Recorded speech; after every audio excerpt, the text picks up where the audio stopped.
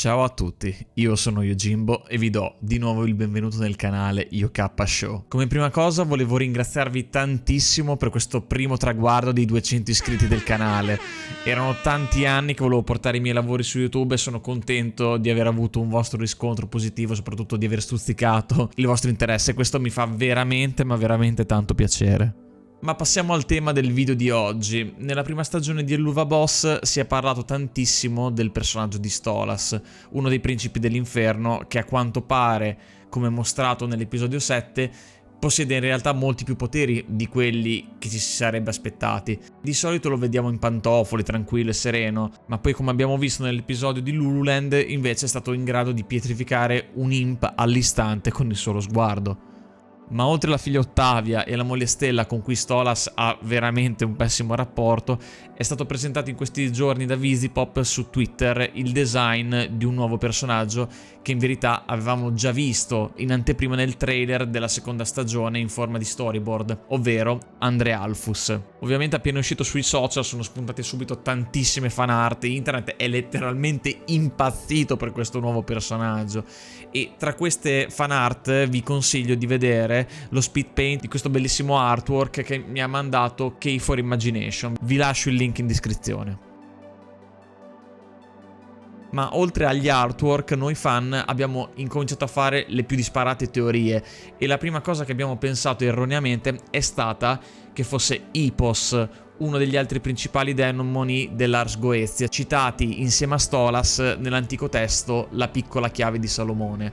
E questo in effetti spiegherebbe perché lui e Stolas sono così simili. Visipop però ha poi chiarito in un tweet che si trattava in realtà del cognato di Stolas e quindi insomma ci ha un po' trollati tutti alla fine. Altri fan, proseguendo con le loro teorie, hanno supposto che possa essere il fratello biologico di Stella, perché lei si è sposata all'interno dell'Ars Goetia, di fatto con un matrimonio combinato, insomma piuttosto infelice con Stolas, anche sicuramente dovuto al fatto dei continui tradimenti da parte di quell'impollinatore seriale del marito.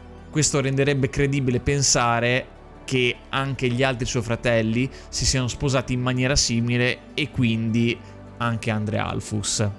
Un'altra interessante teoria che l'utente Edward6660 ha portato avanti in un post è che si tratti in realtà di un restyling di un personaggio già visto nell'episodio pilota, ma disegnato con uno stile completamente diverso. Per fare mente locale parliamo nello specifico di quella scena in cui Blitz cade dal balcone della stanza di Stolas piombando su un tavolo dove Stella e alcuni ospiti stavano prendendo un tè. Tra questi invitati, a cui viene spalmata in faccia la torta in stile Spalman, vediamo quello che si è supposto essere il prototipo di Andre Alphus e di fianco a lui un altro demone uccello che presumibilmente è sua moglie e perché no, magari proprio la sorella di Stella.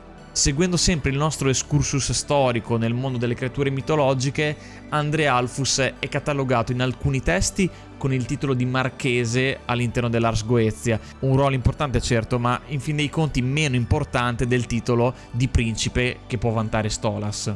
Quindi se Stolas dovesse entrare in conflitto con gli altri membri dell'Ars Goetia e gli capitasse qualcosa o venisse addirittura ucciso, ipotizziamo, il suo posto rimarrebbe comunque vagante e di certo Andre Alphus sarebbe il candidato ideale per sostituirlo e assumerne il ruolo.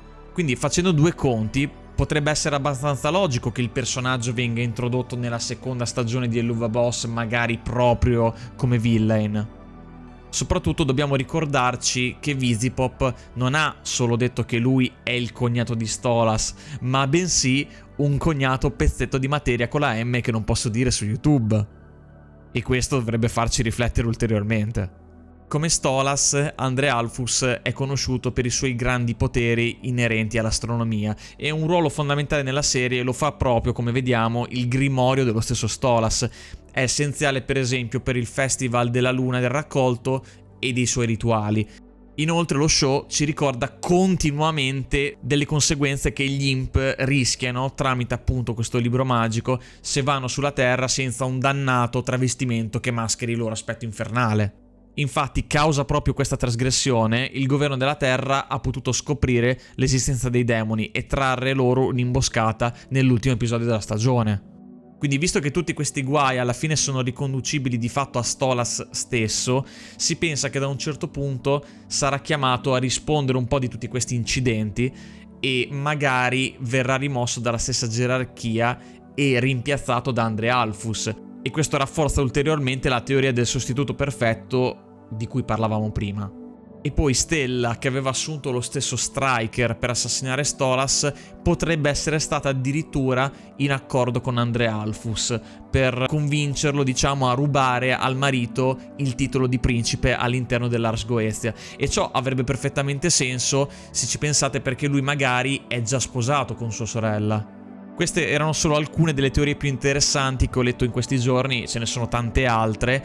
Se ce ne sono altre che conoscete, discutiamone insieme nei commenti qui di sotto, creiamo un archivio proprio delle nostre teorie più fantasiose, anche questo è il bello alla fine. Se questo video vi è stato utile, vi ricordo come sempre di lasciare un like, iscrivervi al canale e attivare la campanellina delle notifiche per rimanere sempre aggiornatissimi sugli ultimi video, e vi ricordo di seguirci anche su tutti gli altri social, trovate tutti i link in descrizione e ci vediamo al prossimo video.